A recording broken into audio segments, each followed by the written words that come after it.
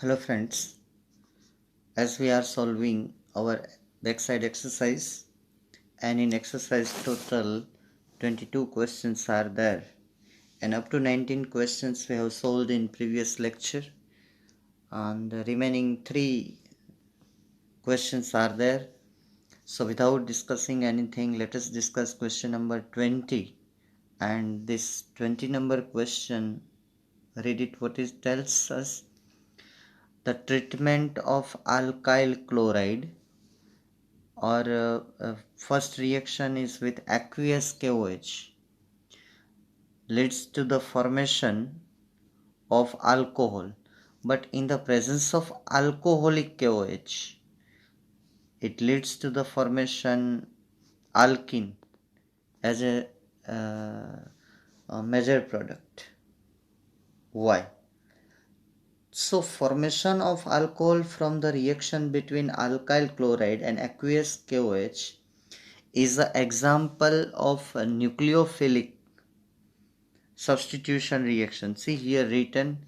See in aqueous KOH what is present there? K plus and OH minus. Now this OH minus attack on this chlorine, first carb cation is formed in first reaction. This is SN1 reaction. Okay, this one is SN1 reaction. So CH3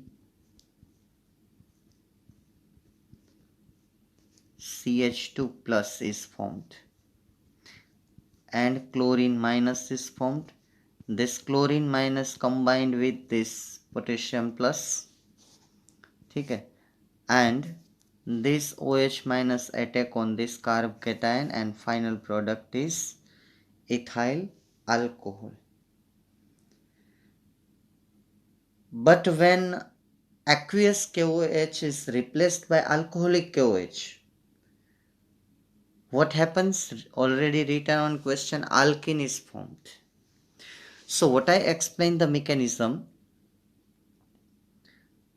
that is nucleophilic substitution reaction, or in presence of ethanol as a solvent. When we use alcoholic KOH, alkene are formed instead of alcohol, so that one is a beta elimination reaction. Okay, beta elimination reaction. How does it form? Let's see the beta elimination reaction. See, we have CH3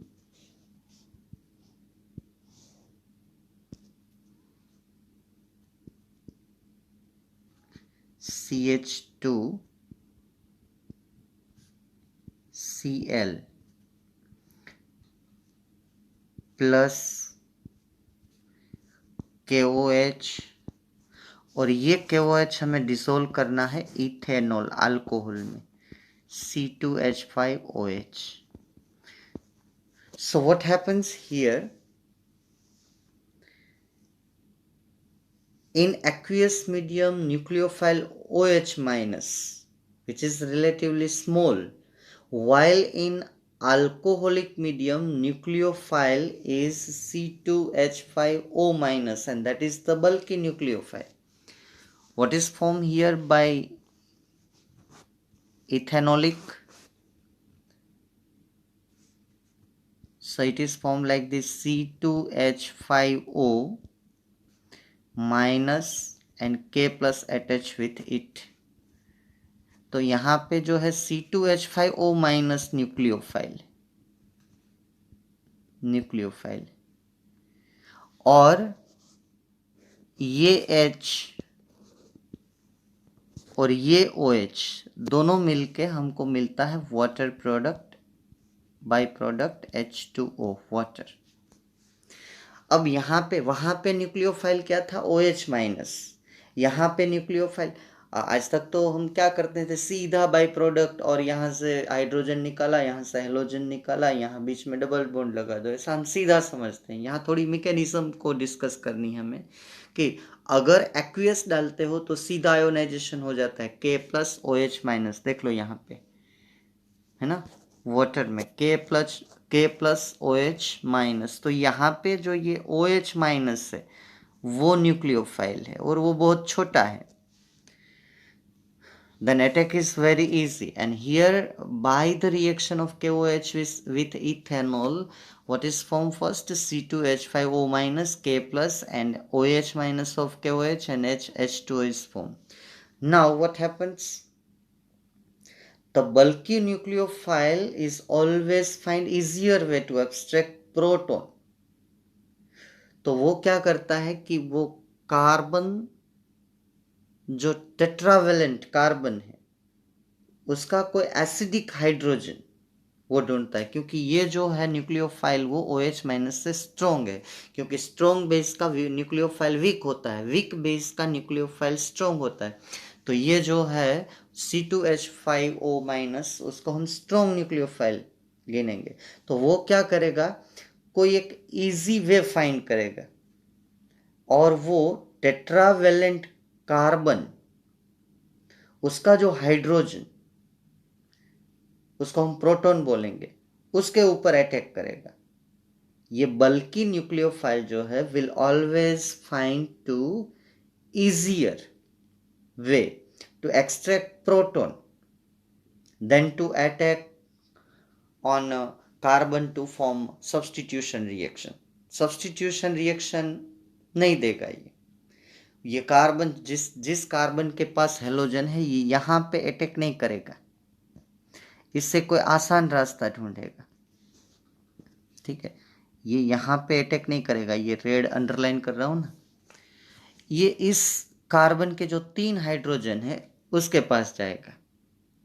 तो क्या होगा attack में, देखते हैं। चलिए मैं आपको समझा रहा हूँ, अगर आपको इंटरेस्ट है तो बड़ा मजा आएगा, वरना टाइम वेस्टिंग लगेगा। ठीक है, चलिए हम लोग सबस्ट्रेट ड्रॉ करते हैं। पहले हमारे पास ऐसी कंडीशन है, कार्बन, हाइड्रोजन, ये हाइड्रोजन, ये वाला 3 हाइड्रोजन, दूसरा कार्बन जो है उसके पास 2 हाइड्रोजन है और एक क्लोरीन है, ऐसा है। अब क्या होता है, हमारे पास C2H5O, ये बल्कि न्यूक्लियोफाइल है, ये नेगेटिव चार्ज इस हाइड्रोजन के ऊपर अटैक करेगा, ना कि वो सब्स्टिट्यूशन रिएक्शन वाला न्यूक्लियोफिलिक अटैक है वो नहीं करेगा। तो ये हाइड्रोजन जब अटैक करे, ये न्यूक्लियोफाइल जब अटैक करेगा तो ये हाइड्रोजन उसके पास चला जाएगा और हमें प्रोडक्ट मिलेगी C2H5OH। जो हमारा इथेनॉल था वो हमें वापस मिल जाएगा, और ये जो सिग्मा बॉन्ड है वो शिफ्ट होके यहाँ डबल बॉन्ड में कन्वर्ट हो जाएगा। ठीक है, और उसी टाइम पे ये हेलोजन यहाँ से निकल जाएगा, और ये halogen as a chlorine minus जो इथेनॉल के साथ यहाँ पे जो K+ है, आपने देखा ना, ये वाला K+ उसके साथ कंबाइंड हो जाएगा और हमें प्रोडक्ट मिलेगी, ये K+ के साथ कंबाइंड हो जाएगा और हमें प्रोडक्ट मिलेगी KCl।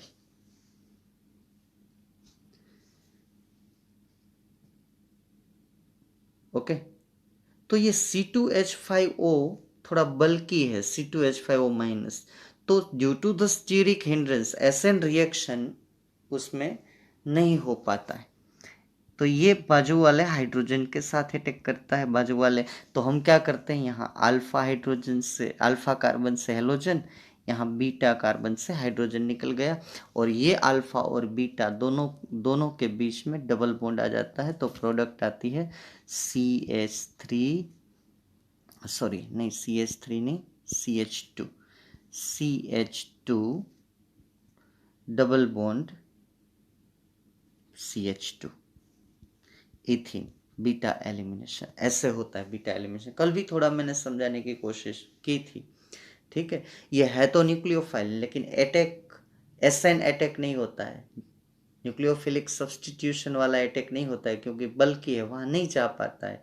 किस कार्बन के पास जाना था उसको, इस कार्बन के पास जाना था, लेकिन वो अल्टरनेटिव ढूंढ लेता है कि अब क्या करूँ, तो बाजू वाले कार्बन का हाइड्रोजन पकड़ लेता है, और वो हाइड्रोजन जो है वो सीधा निकाल के एज H+, ठीक है, तो वो सिग्मा बॉन्ड कार्बन हाइड्रोजन वाला डबल बॉन्ड में, पाई बॉन्ड में कन्वर्ट हो जाता है, और उसी समय हेलोजन जो है वहां से निकल जाता है। ठीक है, तो जब हेलोजन निकलता है तो उसके बाजू वाला कार्बन पॉजिटिव, जब हाइड्रोजन निकलता है तो वो नेगेटिव, मतलब कि वो सिग्मा बॉन्ड पाई बॉन्ड बन के दोनों चार्ज को न्यूट्रल कर देता है। आगे बात समझ में? तो ये वर्ड में आपको यहाँ पे ये पूरी चीज़ समझाई है, लेकिन आपको इतना मुझे करना था तब समझ में आती। यहाँ पे लिखा है वाई लाइक दिस, ओके, दोनों रिएक्शन दिए, यहाँ पहला रिएक्शन है, ये दूसरा रिएक्शन। सो दिस, ये 3-4 लाइन में एक्सप्लेन किया है, तो अगर आपको समझ में नहीं आता है, ठीक है, OH माइनस है वो SN देता है, C2H5O- जो है वो SN नहीं देता है, रिएक्शन ऐसे होता है उसमें। तो एक में एलिमिनेशन, तो आप समझाएंगे ये 3-4 लाइन लिख के। अगर आपको डिटेल में थोड़ा इंटरेस्ट है तो ये सब मैकेनिज्म आप बता देना कि ये होता है, यहाँ से ये होता है, अपने हिसाब से आप थोड़ा एडजस्ट करके लिख लेना, ठीक है, तो आपको पूरा समझ में आ जाएगा। यहाँ पे मैंने मैकेनिज्म भी बताई है आपको कि कैसे अटैक होगा, क्या निकलेगा। ये जो है ना, ये बाई प्रोडक्ट है, ये -KCl, और पहली बाई प्रोडक्ट जो है वो यहाँ पे मिलती है, हम लिखते हैं -H2O बीटा एलिमिनेशन में, ठीक है। तो ये मैंने पूरा आपको समझा दिया स्टेप बाय स्टेप। आप मैकेनिज्म में इंटरेस्ट है तो लिख लेना, वरना ये 3 लाइन लिख लेना जिसमें आपका पूरा आंसर है। चलिए मैं सेकंड लास्ट क्वेश्चन की तरफ चलता हूँ, बहुत लंबा चलेगा वो क्वेश्चन, सुन देख लीजिए। आपको एक मोलिकुलर फॉर्मूला दिया है, you are given one molecular formula C4H9Br। अब वो KOH अल्कोहलिक KOH के साथ रिएक्ट करता है तो आपको कंपाउंड मिलता है B। अब जब compound B react with HBr तो आपको कंपाउंड मिलता है C। समझ रहे ना मैं क्या कह रहा हूं? And that C is an isomer of A। आप जो A लिखते हो उसका आइसोमर है वो। अब हमारा जो ये A है, हम सीधा उसका वुड्स रिएक्शन करवाते हैं, एक अलग रिएक्शन करना है। When A reacted with sodium metal, तो वो आपको एक कंपाउंड देता है जिसका मोलिकुलर फॉर्मूला है C8H18, and that is different from the compound form when, और ये भी एक अलग रिएक्शन है, when an butyl bromide is reacted with sodium, ये दूसरा वुड्स रिएक्शन है। My dear student, this question asked 2 times in JEE. In recent, okay, Wurtz reaction 2 बार करना है, तो काफ़ी कुछ कॉम्बिनेशन इसमें दिए। तो पहला काम क्या करना है, धीरे धीरे करिएगा क्वेश्चन, वरना आप जो कंफ्यूज हो जाएंगे इसमें, you will get confused, okay.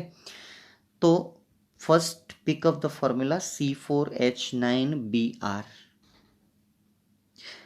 उसका प्राइमरी अल्काइल हैलाइड। तो पहले हमें ये सोचना है कि प्राइमरी अल्काइल हैलाइड C4H9Br के कितने पॉसिबल है।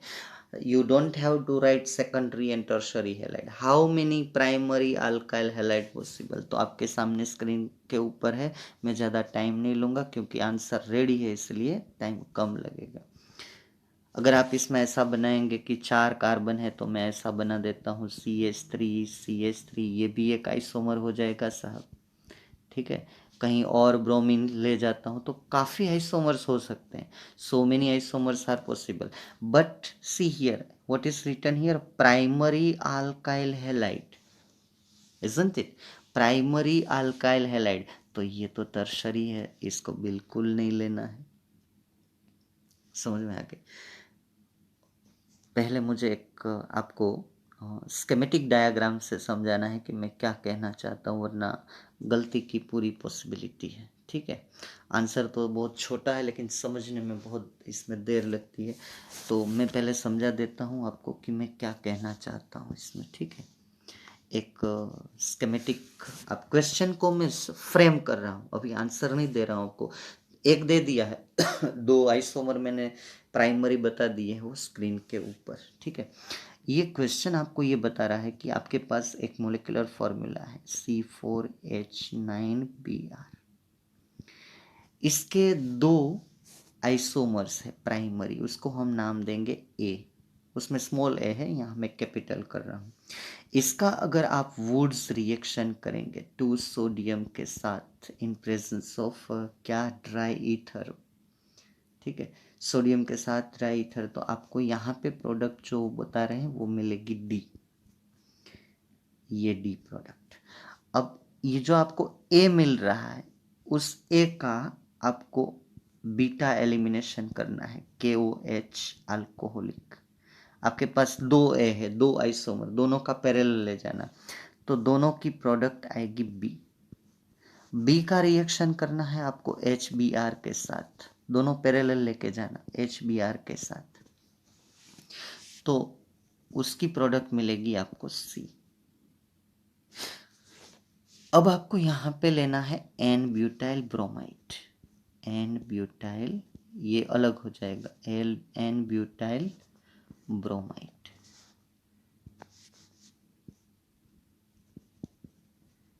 ठीक है, N ब्यूटाइल ब्रोमाइड। इसका भी आपको क्या करना है, वुड्स रिएक्शन, वुड्स रिएक्शन। तो जैसे आप N ब्यूटाइल ब्रोमाइड का वुड्स रिएक्शन करते हो और ये D प्रोडक्ट यहाँ पे मिलती है, वो दोनों सेम नहीं है।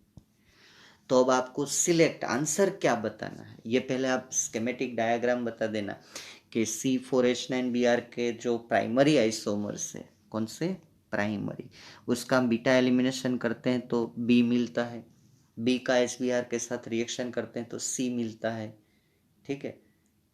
तो पहले मैं दोनों में से एक आइसोमर सिलेक्ट कर लेता हूँ, बाद में दूसरा आंसर, पहले हम लिख लेते हैं दो आइसोमर्स। तो ये पहला काम आप क्या करेंगे, first work, write down this question schematic, ये क्वेश्चन मैंने इजी वे में समझाया है, ठीक है। अब दूसरा काम क्या करना है, आप दोनों प्राइमरी आइसोमर्स लिख लो, ये वाला, ये सेकंड पोजीशन पे आप लिखो। सेकंड काम आपको ये करना है, पहला उसका ये है, दूसरा ये है। तीसरा काम क्या करना है आपको, N ब्यूटाइल ब्रोमाइड का आप वो कर लो, क्या कर लो, N ब्यूटाइल ब्रोमाइड का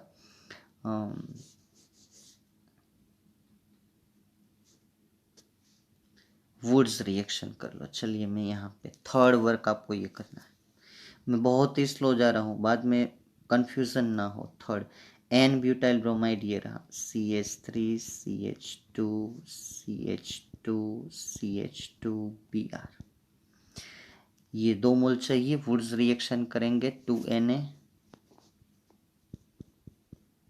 ड्राई ईथर, ड्राई ईथर, चलिए ड्राई ईथर, तो क्या होगा, -2NaBr, और हमें मिलेगा CH3, ये 6 टाइम होगा क्योंकि डबल होगा ना, टोटल 4 है तो मैं 8 कार्बन मिलेंगे, CH2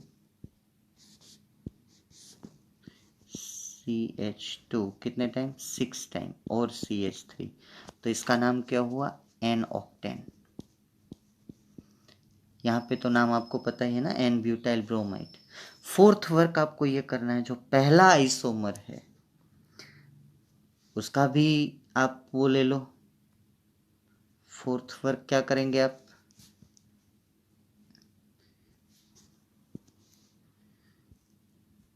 दो आइसोमर जो आपने बनाए हैं C4H9Br के, उसका भी वुड्स रिएक्शन कर लो। पहला आइसोमर कौन सा है, प्राइमरी, तो वो तो N ब्यूटाइल ब्रोमाइड ही है ना, प्राइमरी, इसका तो सेमी रिएक्शन आएगा।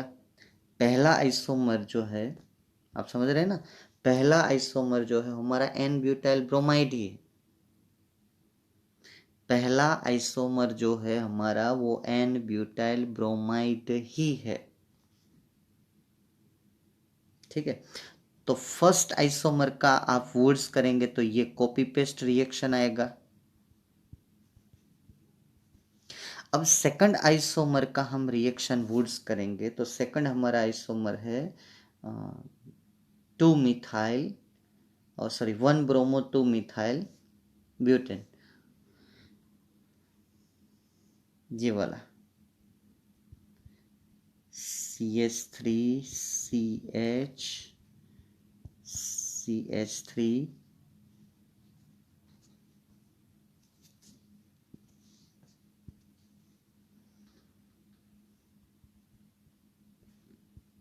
यहाँ पे और एक CH2Br, इसका वुड्स कर दो 2Na लेके। पहले का वुड्स तो कॉपी है ना ये, क्योंकि हमारा पहला आइसोमर देख ले एक बार फिर, हमारा पहला आइसोमर तो जो हमको लास्ट क्वेश्चन यही है, ये देखिए, ये मैंने यहाँ सेकंड, यहाँ पे प्रिंट पे सेकंड नंबर पे, लेकिन पहले वो लेंगे क्योंकि जो हमको पूछा है एन ब्यूटाइल ब्रोमाइड का हम करेंगे तो फॉर्मूला, सबका फॉर्मूला C8H18 ही आएगा। ठीक है, तो अब मैं इसका वुड्स कर रहा हूँ, जो पहले यहाँ पहले वाला लिखा है लेकिन मैं बोल रहा हूँ सेकंड वाला। आपको पहले यही प्राइमरी नंबर बदल देना आप बुक में। इसका अगर आप वुड्स रिएक्शन करेंगे तो क्या होगा, ये पूरा सिस्टम 2 बार लगेगा। माइनस ड्राई ईथर लिखना, -2NaBr होगा, -2NaBr। तो इसको 2 बार कर दो, सीधा कपलिंग हो जाएगा, Br निकल गए, ये सामने सामने CH2 कंबाइन हो जाएगा ना। समझ रहे ना मैं क्या कह रहा हूँ, ये तो क्या होगा CH2 2 बार लिख लो, और ये एक बार ये सिस्टम, मैं जगह नहीं है तो सिर्फ आपको बता रहा हूँ कि आपको कैसे लिखना है। सबका फॉर्मूला जो है वो C8H18 ही आएगा, इसका भी है C8H18। ये जो पहले आइसोमर का आप करेंगे तो भी ये सेम रिएक्शन आएगा। तो -2NaBr कर दो तो फिर क्या होगा, ये CH2 और दोबारा वही कंपाउंड होगा CH2 आपके पास।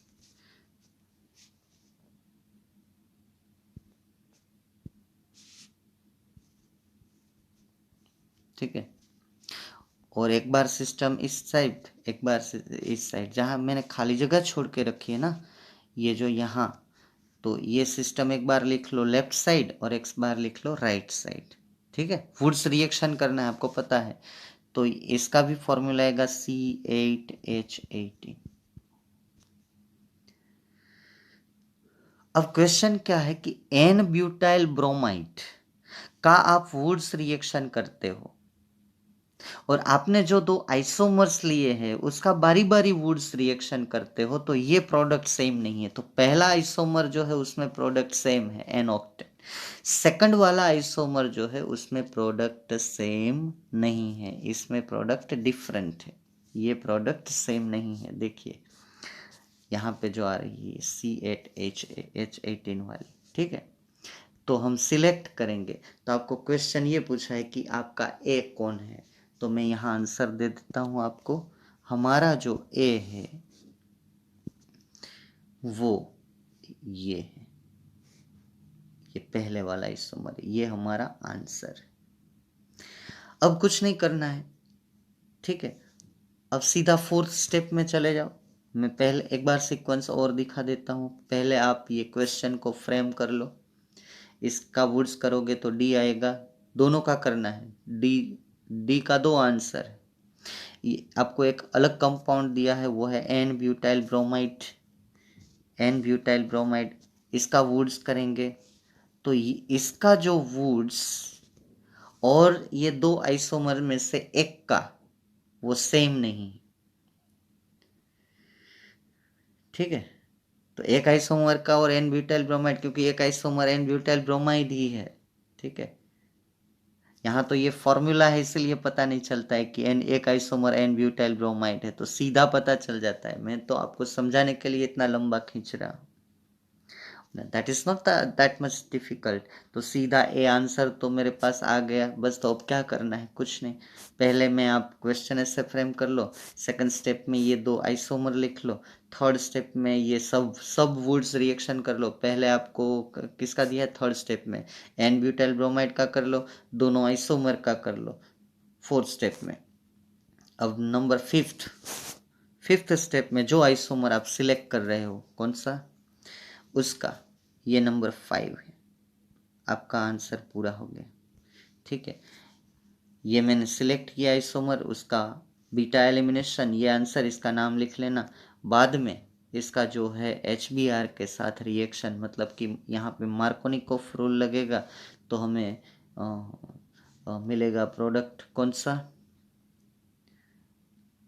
CH3। यहाँ पे H लिखा, ये जो लिखा है ना उसमें थोड़ी गलती है, ऐसे मिलेगा CH3CH।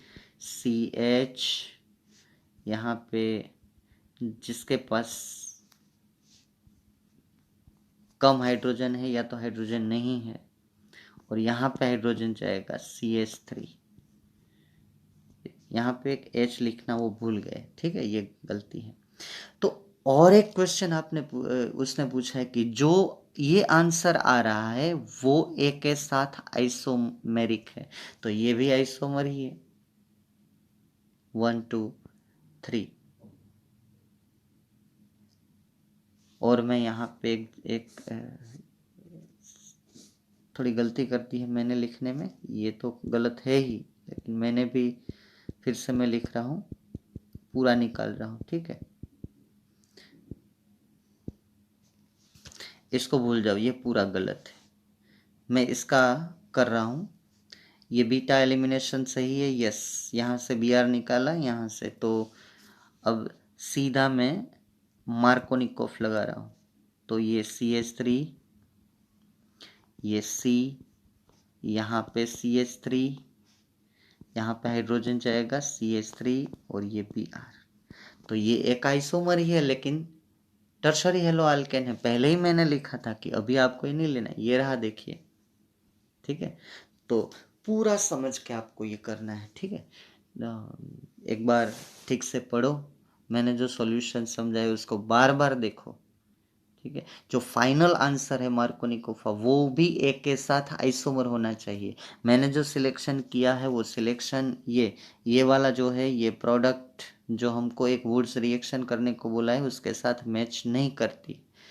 जो मेरा स्कीमेटिक डायग्राम आपके सामने रहेगा तो पूरा समझ में आ जाएगा। चलिए लास्ट क्वेश्चन डिस्कस करते हैं, ठीक है। अब हमारा hello alkane hello Erin over होने जा रहा है, ठीक है। See the question number 22, and this is the last question of our exercise.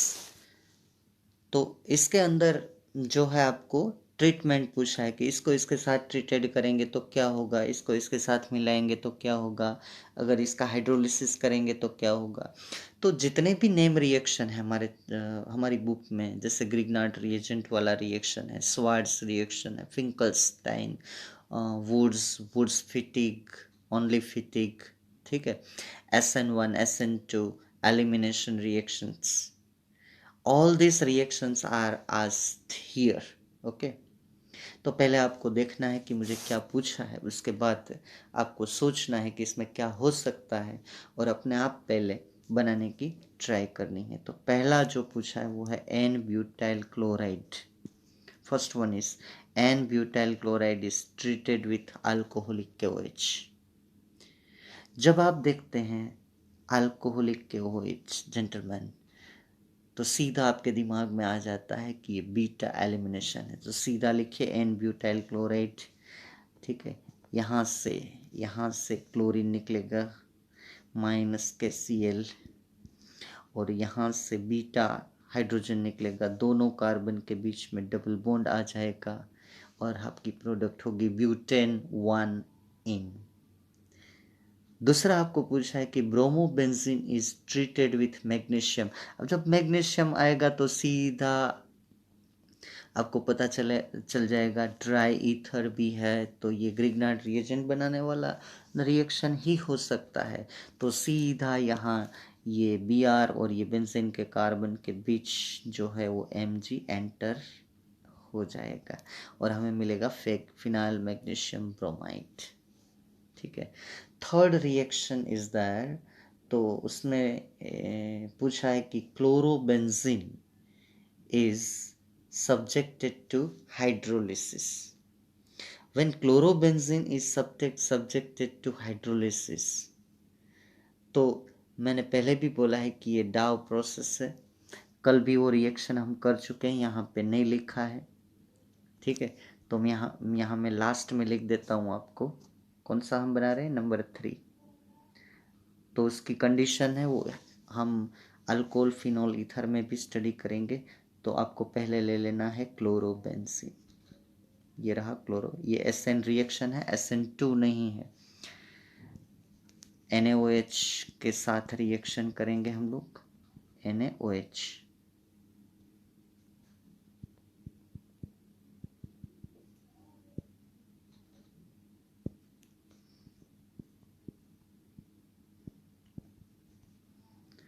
Aqueous कल का रिपीट है। उसका टेम्परेचर था 623 केल्विन, उसका प्रेशर था क्या था 300 बार, और you can say atmospheric pressure. कुछ नहीं करना है, माइनस NaCl, ये SN रिएक्शन है, माइनस NaCl और बेंजीन रिंग के ऊपर सीधा OH लग जाएगा। ये डाव प्रोसेस है, अल्कोहल फिनोल ईथर में। In question give different method of preparation of phenol, उसमें फिर से ये आएगी। ठीक है, कंडीशन बहुत इंपॉर्टेंट है। डाव केमिकल कंपनी है अमेरिका में जो फिनोल बनाती है। अब फोर्थ में क्या पूछा है आपको, ethyl chloride is treated with aqueous KOH। Aqueous KOH है तो ये SN2 नहीं है, पहली बात तो ये गलत है, ये SN1 है। This one is SN1 reaction. कौन सा ये SN1?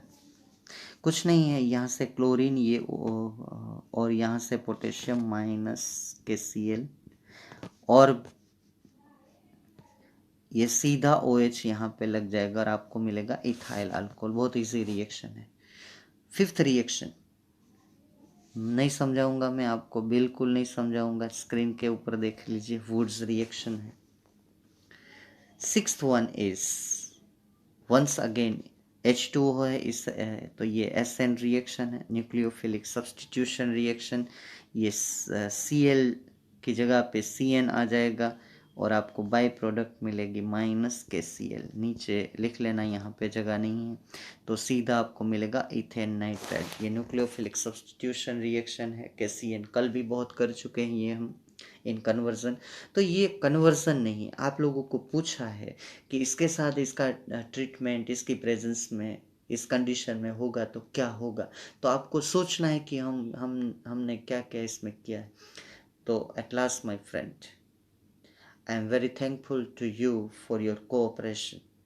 इस माहौल में इतना टेक्निकल चैप्टर आपके कोऑपरेशन के बिना ख़त्म करना मुश्किल ही नहीं बल्कि नामुमकिन था। आपने इतना साथ दिया ये ऑर्गेनिक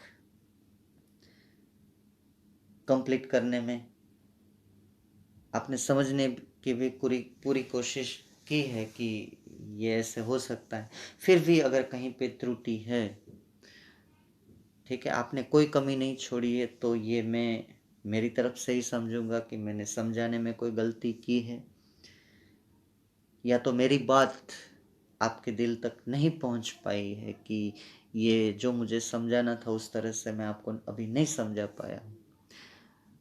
फिर भी मैंने जो है जितने इजीएस्ट वे है वो लगा दिए हैं। सिर्फ आपको काम करना है और मुझे पूरी उम्मीद है, आई एम कम्प्लीटली होपफुल कि आप जो है एक एक लेक्चर पे काम कर रहे हो।